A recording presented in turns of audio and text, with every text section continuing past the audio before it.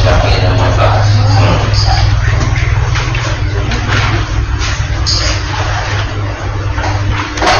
Jadi nyambung dengan yang sudah kita pelajari, terus lanjut perjalanan kehidupan manusia.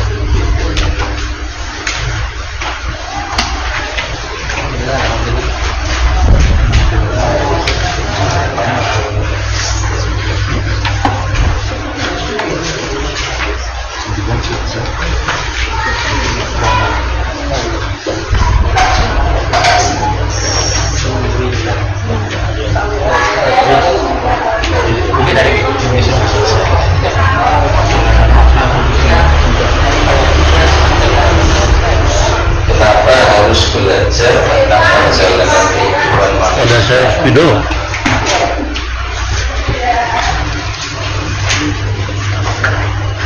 Ya Pak, ya ada tanda-tandanya.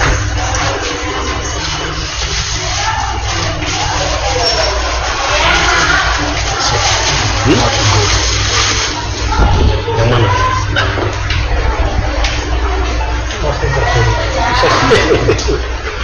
Kita tahu tujuannya kemana.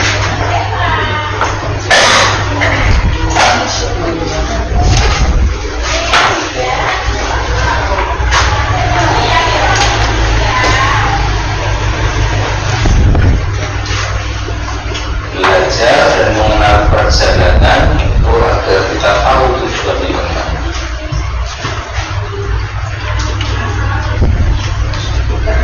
Bekal apa yang mesti dibawa?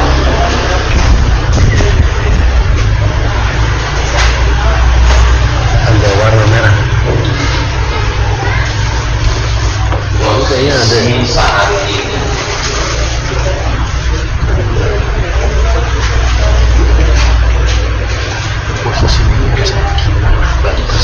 Iya. Itu videonya masih nunggu nih Mas.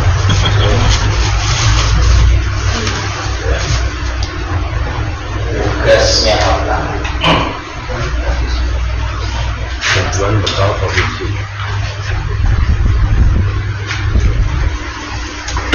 Tujuan mau kemana?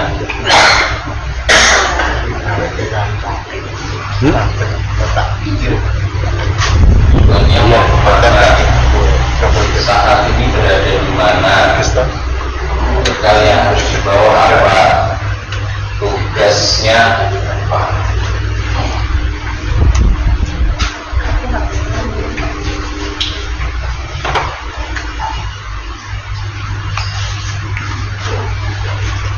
Itu kemarin dikutipkan di ayat 28 surat Al-Baqarah.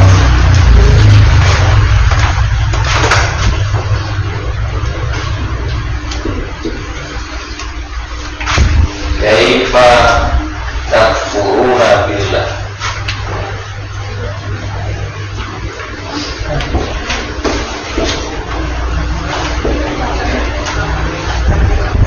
Kaifa takfuruna billah. Bagaimana kalian ingkar, kalian kafir kepada Allah. Wa kuntum amwatan.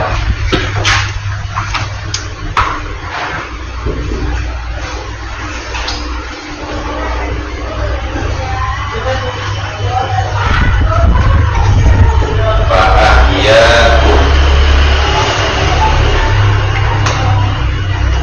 Wa kuntum amwatan fa'ahyakum.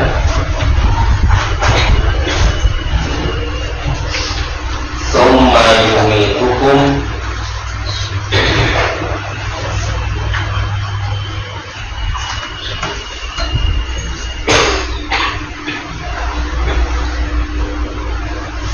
Tsumma yuhyikum.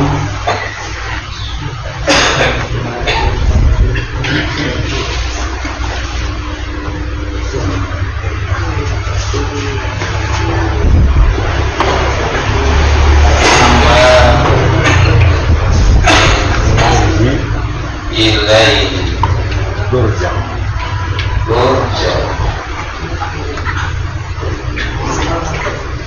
Tsumma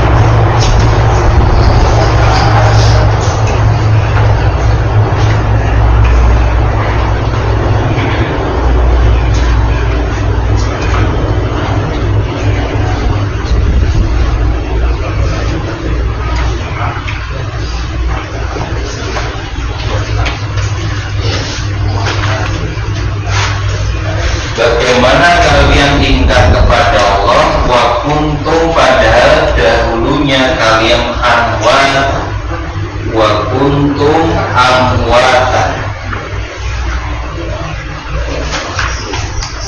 Dahulunya kalian mati, mengenal asal usul manusia. Fa'ahyakum, lalu Allah menghidupkan kalian. Hidupkan dari mati, kemudian dihidupkan oleh Allah, kehidupan dunia. Tsumma yumitukum, kemudian dia mematikan kalian. Mengalah mati dari kehidupan dunia masuk di barzakh. Tsumma yuhyikum, kemudian dia Allah menghidupkan kalian kehidupan akhirat. Tsumma ilaihi turja'un, kembali kepada Allah perkara usaha.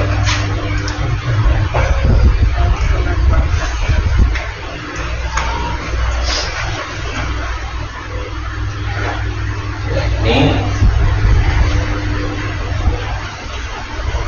perkara usaha.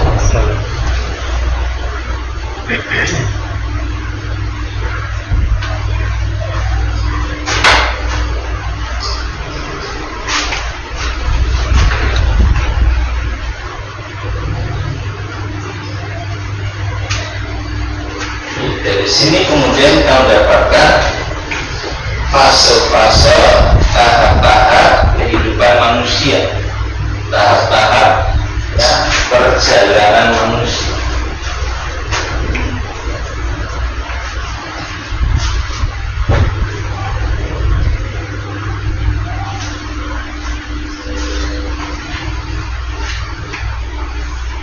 Dengan kehidupan manusia.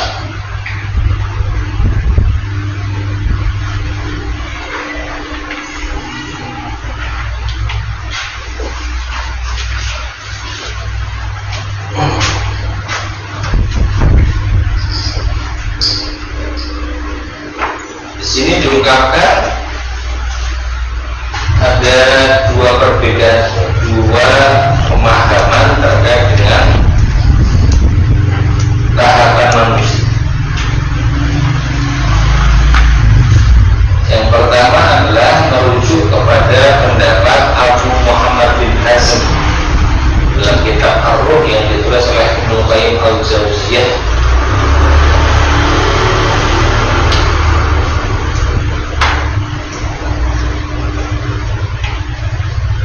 Abu Muhammad bin Hazm ini menyebutkan adanya alam ruh, tapi berbeda dengan Syekh Muhammad Shalih Al-Utsaimin, tidak memasukkan alam ruh.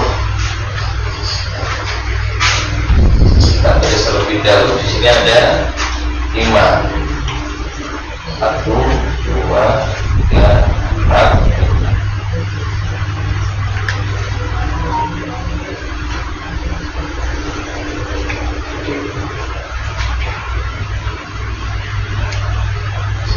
Alam ruh,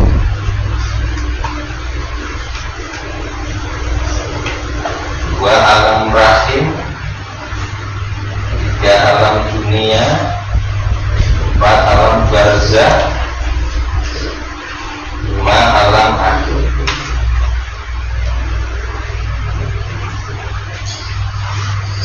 Pada poin ini ada perbedaan pendapat antara Abu Hazm, Abu Muhammad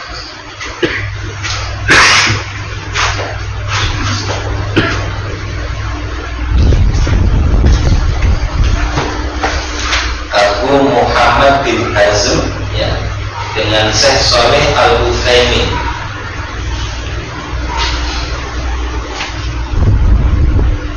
Abu Muhammad bin Hazm dan bisa baca di halaman 60. Berpendapat bahwa Allah menciptakan roh sebelum terbentuknya jasad, sebelum dibentuk fisik biologis manusia. Allah sudah menciptakan rohnya. Ini pendapatnya Abu Muhammad bin Hazm. Pendapat ini didasarkan pemahaman pada ayat 11 surat Al-A'raf. Pemahamannya begini: walaqad khalaqnakum, dan sungguh kami telah menciptakan kalian. Kami telah ciptakan kalian. Tsumma sawwarnakum, kemudian kami membentuk kalian. Jadi sebelum sawwarnakum, sawwara disawwir, surah itu bentuk fisik, ya. Sebelum sawwarnakum sudah khalaqnakum, ya.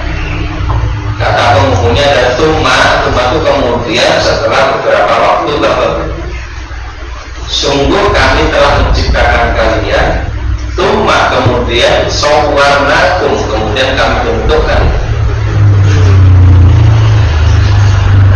Berdasarkan ini Abu Muhammad bin Hazm mengatakan berarti sebelum pembentukan fisik itu sudah ada aktivitas penciptaan. Maka beliau berpendapat sebelum fisik itu dibentuk, Allah sudah menciptakan ruh manusia. Ya.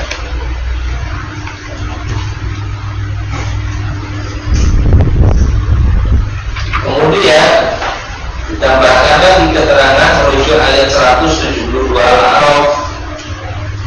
Wa in akhadha rabbuka, dan ingatlah ketika akhadha rabbuka, Rabbmu mengeluarkan, akhadha itu bisa mengambil,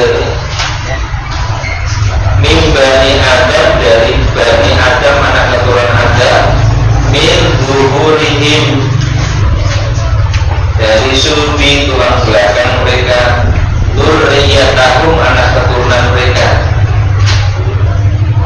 wa asyhadahum ala anfusihim, pada lafal ini, wa asyhadahum, dan Allah mengambil kesaksian,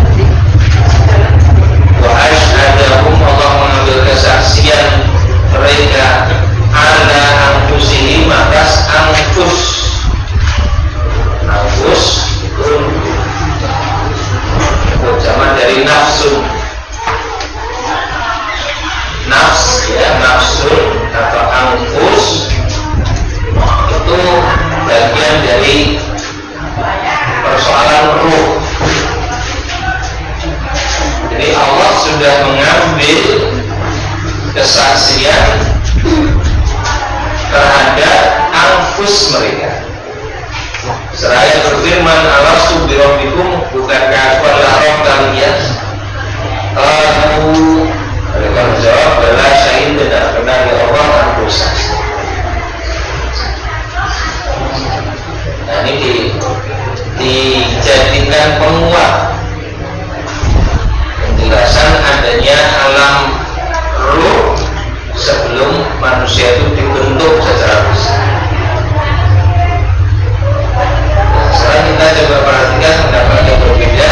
Syekh Muhammad Shalih Al-Utsaimin, itu di halaman 7, ya. Sedangkan Syekh Shalih Al-Utsaimin dalam kitab Syarhul Aqidah Al-Wasithiyah, bab Al-Iman bil Yaumil Akhir, beliau menganggap tahapan pertama itu tahap ketiadaan. Dia tidak menyebut sebagai alam ruh, di tahap yang tidak ada atau tidak perlu disebut. Alasannya adalah manusia masih belum terbentuk dengan wujud yang sempurna. Dalilnya ayat 1 surat Al-Insan, hal ata 'alal insan hinun minad dahri, bukankah telah datang kepada manusia hinun, satu waktu, satu masa, ya, minad dahri, ya, dari masa, itu maksud dari masa, lam yakun syai'an madhkura, yang saat itu yang belum menjadi sesuatu yang bisa disebut, belum menjadi sesuatu yang bisa disebut. Nah, berdasarkannya Syekh Muhammad Shalih Al-Utsaimin mengatakan ini tahapan yang tidak bisa disebut, ya tahap ketiga, ketiadaan.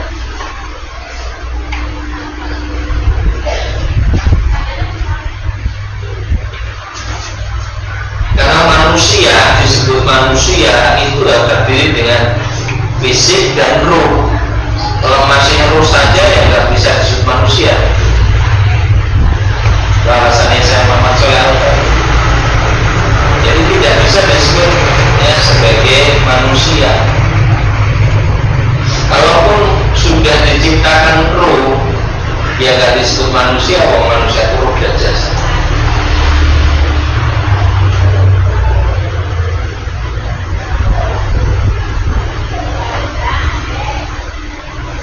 Setelah tahap ketidakadaan inilah baru kemudian manusia melalui tahapan selanjutnya, yaitu tahap alam rahim, alam dunia, alam barzakh, alam akhirat. Jadi kalau saya Muhammad Shalih Al-Utsaimin ini nggak disebutnya alam ruh, mulanya dari alam rahim ini. Yang dialami manusia ya alam rahim, alam dunia, alam barzakh, alam akhirat. Pak, kalau Abu Muhammad bin Hazm tadi 5.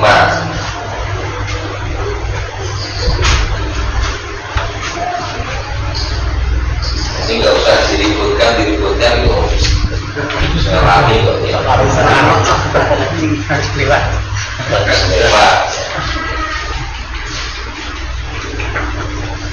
Tapi sebetulnya kalau kita mau cermati menarik apa yang disampaikan Nabi dalam tahap penciptaan manusia. Yujma'u khalqu yang sudah kita pelajari di hadis abadi.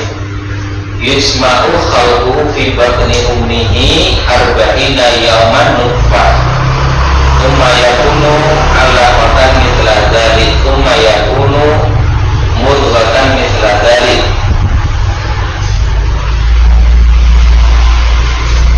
Kemudian wa nafakha fihi ar-ruha. Thumma ilaihi thumma yusalu ilaihi malak fa yanfukhu fihi ar-ruh.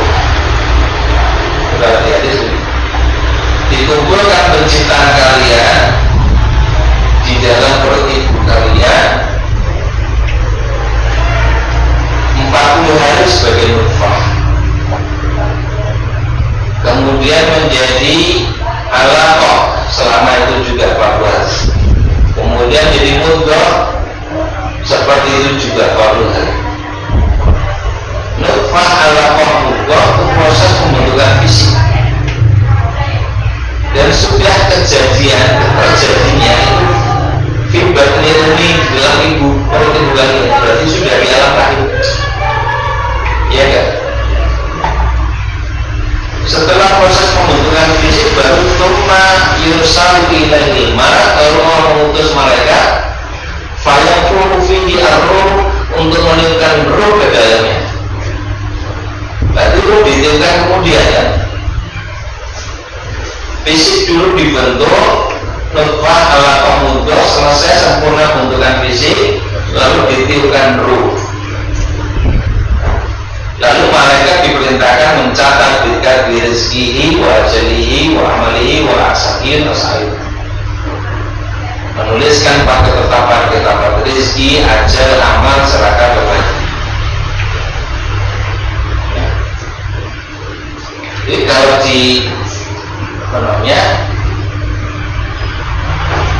dikonfirmasikan dengan hadis ini, justru tepat pendapatnya saya Muhammad Shalih Al-Utsaimin, karena ruhnya ditiupkan kemudian, ya kan? Ini lebih tepat, lebih kuat karena tafsirannya dari hadis. Kalau tadi tafsirannya dari apa yang dipahami oleh akal dari Al-Quran, bisa benar bisa salah. Kalau hadis sudah pasti benarnya. Maka dulu saya sampaikan tentang alam-alam itu ya, dari alam rahim, gitu kan, dunia, barzah, akhirat. Itu sudah tambahan untuk menguatkan ya bahasa.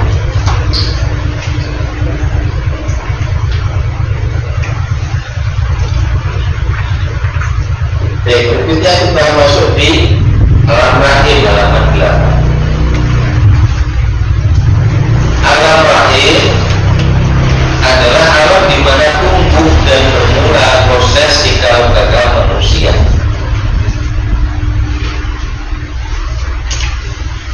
Ya, di dalam rahim atau perut ibu itulah proses ya pembentukan manusia terjadi.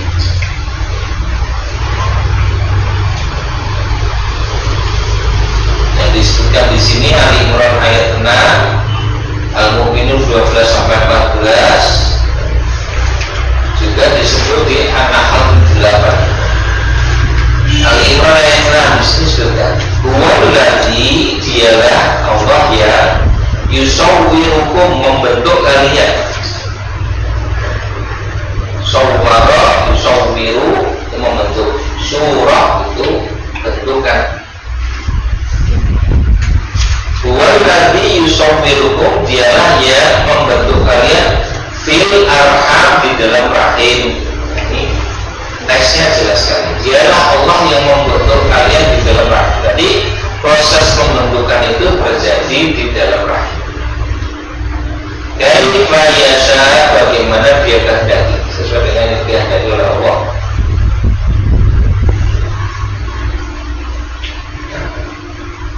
Pembentukan fisik manusia itu dengan bentuk yang terbaik. Laqad khalaqnal insana fi ahsani taqwim. Sungguh kami telah menciptakan manusia dalam sebaik-baik penciptaan. La ilaha illa huwa, tidak ada ilah sesembah yang hak kecuali Dia, Al-Aziz Al-Hakim, yang Maha Perkasa dan Maha Bijaksana.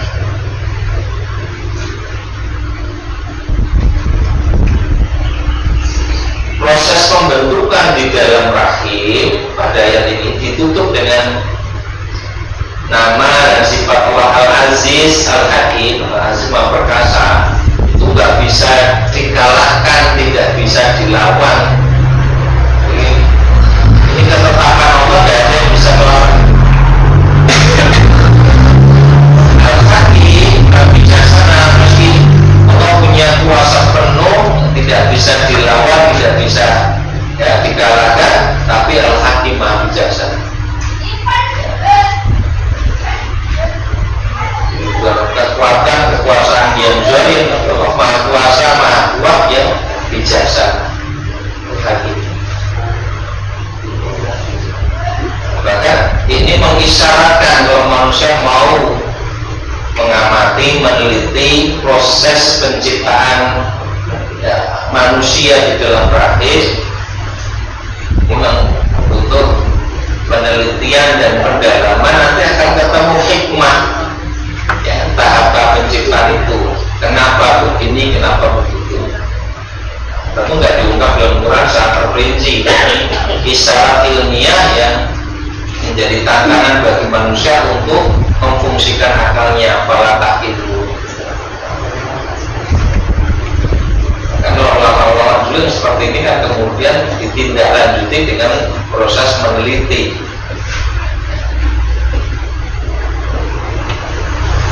Serius penelitiannya itu kan akan perjalanan sangat jauh dengan segala keterbatasan alat ya.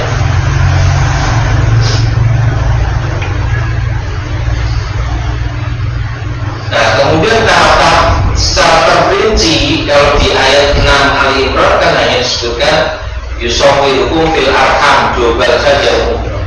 Dia Allah yang membentuk kalian di dalam rahim. Tapi seperti apa pembentukan itu terjadi atau dilakukan? Ayat 12 sampai 14 surat Al-Mu'minun memberitahukan. Walaqad khalaqnal insana min sulalatin min tin Tsumma ja'alnahu nutfatan fi qararin makin, tsumma khalaqna nutfata 'alaqatan, fa khalaqna al-'alaqata mudghah, fa khalaqna al-mudghah idhaman, fa kasawna al-idhama lahma, tsumma ansha'nu khalqan akhar. Itu tahap-tahapnya jelas. Sungguh kami telah ciptakan manusia min sulalatin min tin. Asalnya ini sulalatin min tin, sari batu tanah. Sari batu tanah itu apa? Ya unsur-unsur tanah itu. Kita coba itu unsur tanah itu apa saja? Nah, unsur tanah itu ternyata ada di dalam kandungan, ya, dalam kandungan sperma ya manusia itu. Unsur-unsurnya maka disebut sulalatin min tin, sari batu tanah. Tsumma ja'alnahu nutfatan fi qararin makin. Lalu kami jadikan ya, sari pati tanah itu air mani yang disimpan di tempat yang kokoh, itu dalam rahim. Sari pati tanah itu diserap oleh manusia melalui apa? Melalui sesuatu yang dikonsumsi oleh manusia, makanan maupun minuman yang sumbernya dari unsur tanah itu, diserap tanaman dan sebagainya, dikonsumsi oleh manusia sebagai makanan minuman, menjadi nutfah. Dan ini luar biasa sebenarnya ayat Quran ini. Jadi dulu dalam dialog dan debat Kiai Madura itu yang saya pernah ceritakan, saya punya buku dialog ya Islam Kristen ya Madura dengan penganut Katolik. Itu sempat orang Katolik ini pertanyakan ketika sebelumnya ditanya oleh Kiai dalam Injil ini kan ayat-ayatnya kontradiktif, saling bertentangan satu dengan yang lain.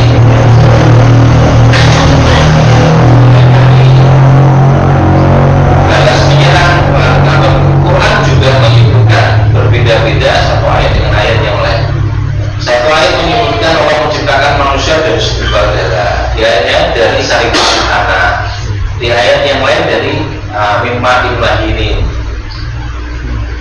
Terus oleh Pak Yai dijelaskan ya, disebut desa ini benar semua, hanya jangan harus tahu prosesnya. Sari pati tanah ada unsur-unsur tanah. Unsur-unsur tanah itu diserap oleh tumbuhan. Tumbuhan itu kemudian dikonsumsi manusia. Dalam tubuhnya ada proses yang terjadi dalam tubuh lalu menjadi spermatozoa. Itu yang kemudian disebutlah nutfah, tatkala bertemu dengan ovum. Nah, saat itu namanya nutfah. Nutfah kemudian berproses menjadi alaqah, segumpal darah. Jadi dulu dari sebuah darah juga. Yang baru kemudian kita buka, luar biasa Quran ini. Ya. Dan yang sekarang justru menjelaskan secara sangat ilmiah. Walaupun saat diturunkan mungkin nggak bisa juga menjelaskan detail seperti itu. Ya. Di masa Nabi itu apa ya, sahabat juga ngerti detail seperti itu. Justru menunjukkan kemujizatan Quran. Dia bukan karangannya Muhammad, bukan karya manusia. Nah, disimpan nutfah itu di satu tempat yang kokoh, yang namanya rahim, karena setelah spermatozoa dan ovum untuk ketemu, disimpanlah di dalam rahim itu. Kalau makin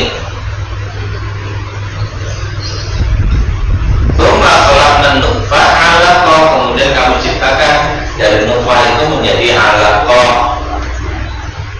Alaqah ini diterjemahkan di sini alaqah itu sesuatu yang melekat, karena memang makna secara etimologi secara bahasa alaqah itu sesuatu yang nempel dan menggantung. Memang melekat ya pada dinding rahim, kemudian menggantung dan menyerap saripati makanan dari. Penggunaan istilahnya pun justru tepat sekali dengan pengetahuan ilmu ya modern. Ini yang juga dulu diikuti oleh Profesor Morris Bukhari. Ya, beliau melakukan studi komparasi, studi perbandingan tentang konsep penciptaan manusia menurut Quran, Bible, dan sains. Nah, ini sudah digambarkan ini ya, prosesnya semalam mintil, lalu nutfah disimpan dalam koron makin, lalu setelah 40 hari berubah jadi alaqah, menempel di dinding rahim, terus menjadi mudghah, menempel daging, terus kemudian Allah ciptakan tulang belulang, terus daging, lalu menjadi khalqan akhar, menjadi ciptaan yang lain, sesuatu yang sudah berbeda. Fatabarakallahu ahsanul khaliqin, Maha suci Allah pencipta yang paling baik.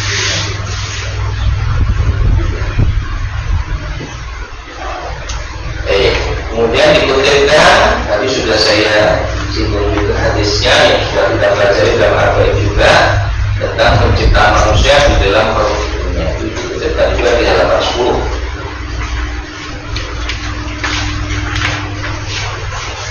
Setelah waktu yang ditetapkan ya, 40 hari, 120 hari, 4 bulan, ditiupkan roh, dicatat tempat ketetapan ya, terus sampai waktunya kemudian lahir.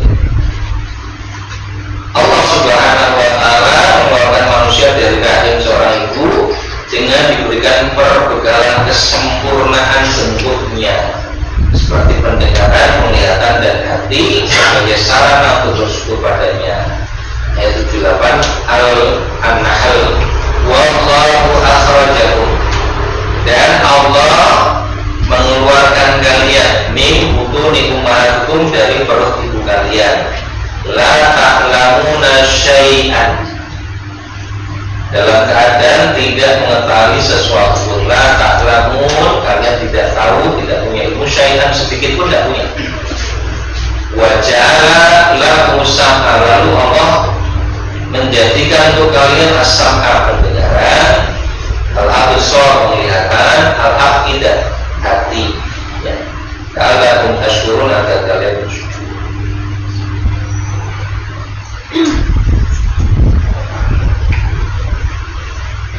Jadi manusia diciptakan dalam bentuk fisik ya, kemudian ditiupkan roh, kemudian dilengkapi dengan sarana-sarana yang memungkinkan manusia memiliki ilmu yang sebelumnya tidak dimiliki. La ta'lamuna syai'an, itu gak punya ilmu sedikit pun, tapi kemudian Allah berikan as-sam'a, al-absar, al-afidah. Nah, kalimat ini untuk menjelaskan kondisi sebelumnya la ta'lamuna syai'an, agar kemudian menjadi berilmu, menjadi tahu, maka perangkat-perangkat ini dibutuhkan. Nah, ketika manusia kemudian menjadi punya ilmu, dimaksudkan to'ala alakum tashkurun, agar bersyukur. Lu bisa menggunakan nikmat yang Allah berikan untuk mentaati perintahnya yang kita sudah pahami makna syukur.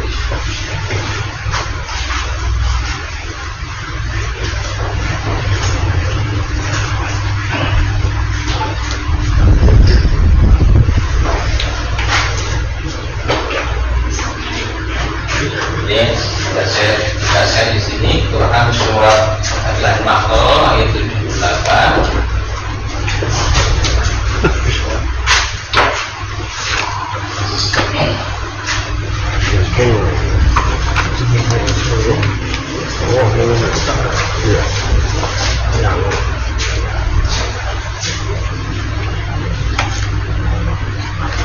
Allahu akhrajakum. Itu kelasnya siji gitu. Oh, ini malah dari belakang nggak Kelasnya siji. Bisa kebaca. Kalau datang terus. Oke, apa yang lebih dulu? Julia ada apa? Ini di tubuh.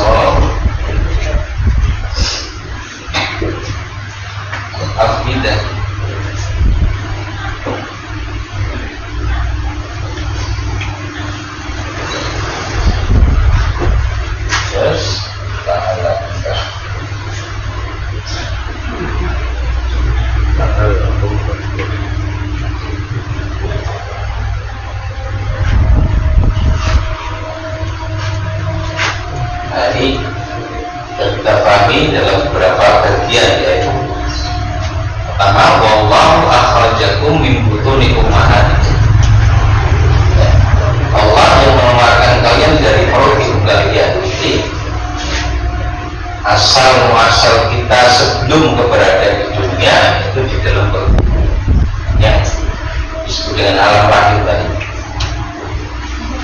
Kemudian kondisinya tidak punya ilmu sedikit pun, la ta'lamuna syai'an, tidak punya ilmu sedikit pun. Kondisi sebelumnya tidak punya ilmu sedikit pun, lalu Allah berikan sarananya, wa ja'ala lakumus sam'a wal absar wal afidah. Ini yang disebut dengan piranti intelektual, ya, perangkat-perangkat yang menjadikan manusia dari tidak punya ilmu menjadi punya ilmu. As-sam'a, semua manusia dapat ini, maka Allah menyebutnya al-as-sam'a, bukan al-udhun. Al-udhun itu telinga, karena yang dimaksudkan fungsi pendengarannya. Al-absar, Allah menyebut al-absar, fungsi penglihatannya, bukan al-ain atau al-uyun, bukan mata lagi, ya.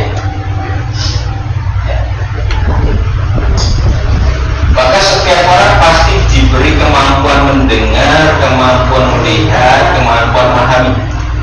Walaupun bisa jadi ada yang berbeda caranya, tapi pasti dikasih tahu. Yang mata fisiknya buta, dia bisa melihat dengan caranya. Yang telinga fisiknya itu tuli, dia tetap bisa mendengar dengan caranya.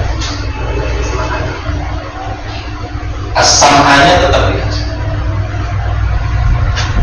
Pendengaran, penglihatan itu menjadi sarana dibutuhkan untuk menangkap objek. Apa yang dilihat, apa yang didengar, itu menjadi informasi awal yang ditangkap oleh pendengaran, penglihatan. Tapi kemudian kan diproses oleh akal. Nah, akidah ini mengandung dua hal sekaligus, al-aqlu dan al-qalbu.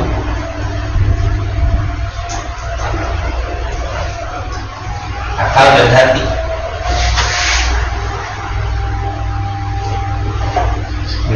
Informasi yang ditangkap pendengaran, penglihatan diproses oleh akal, menjadi pemahaman itu oleh hati. Akal itu berpikir, yang paham itu adalah hati. Lahum qulubun la yafqahuna biha. Mereka memiliki hati tapi tidak digunakan untuk yafqahun, untuk memahami. Di pemahaman itu sangat ditentukan oleh kualitas hati. Maka orang yang pintar secara akal hatinya rusak, pemahamannya rusak. Orientalis itu orangnya pintar-pintar mengaji Quran, hadis, fikih, fikih, tapi pemahamannya rusak, hatinya rusak lagi. Kata kuncinya di hati. Iya, pemahaman itu oleh hati, oleh akal. Akal itu sarana itu berpikir, tapi pemahamannya itu adalah hati. Dalilnya ayat 179 surat Al-Baqarah. Lahum qulubun la yafqahuna.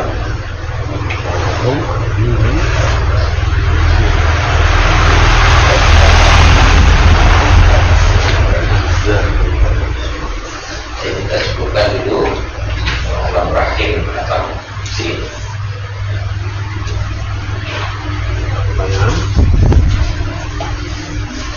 Baik, di alam rahim itu, ya, Allah sudah memberi potensi bertauhid yaitu fitrah. Sampaikan di ayat 172 al-a'raf wa asyhadu ala anfusihim. Kita cukupkan dulu, kita break dengan baca